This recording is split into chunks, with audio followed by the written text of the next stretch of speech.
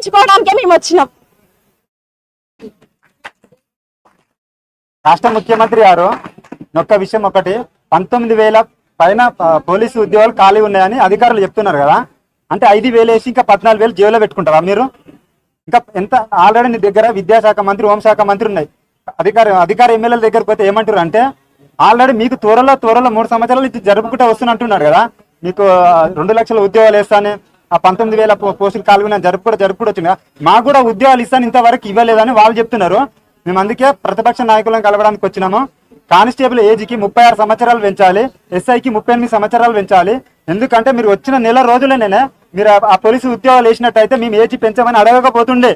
మీరు జరుపుకుంటూ వచ్చిరు కనుక ఇంకోసారి 34 సంవత్సరాలు చేసిరు. ఆ 34 సంవత్సరాలు చూసే కదా నేను ఒక ప్రైవేట్ లో జాబ్ మానేసుకొని వచ్చి కానిస్టేబుల్కి ప్రిపేర్ అయినా. నువ్వు తీర దగ్గరకు వచ్చేసరికి 32 పెట్టినావు. ఖచ్చితంగా మాకు కానిస్టేబుల్ 36, ఎస్ఐకి 38 పెట్టి ఏజ్ పెంచి మాకు న్యాయం చేయాలి. ఇది 19,000 పైన ఖాళీ ఉన్నాయని చెప్తారు. అవి మాత్రం విడుదల చేయకపోతే నేను అడ్డుకునే ప్రసక్తి ఉంటుంది. ఎక్కడ కూడా ఈ రాష్ట్రంలో తిరగనియం. Thank you.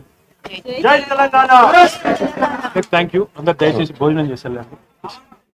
చంద్రశేఖర్ రెడ్డి గారు వినతి పత్రం వాళ్ళు ఒక రిప్రజెంటేషన్ ఇస్తారంట.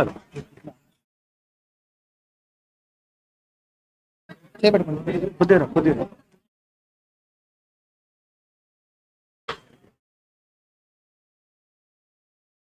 హైలైట్ ఏంటంటే వీళ్ళందరూ ఉద్యోగాలని ఒక కాంగ్రెస్ ఎమ్మెల్యే దగ్గర పోయినారంట. మా ఉద్యోగాల గురించి కాంగ్రెస్ ఎమ్మెల్యే గారు చెప్పింది ఏంటంటే నాకు కూడా మంత్రి పదవి ఇస్తానని నాకు ఇస్తలేండి, మీకు నేనేం చెప్పుకోవాలి, నా ఉద్యోగం దిక్కులే చెప్పింది.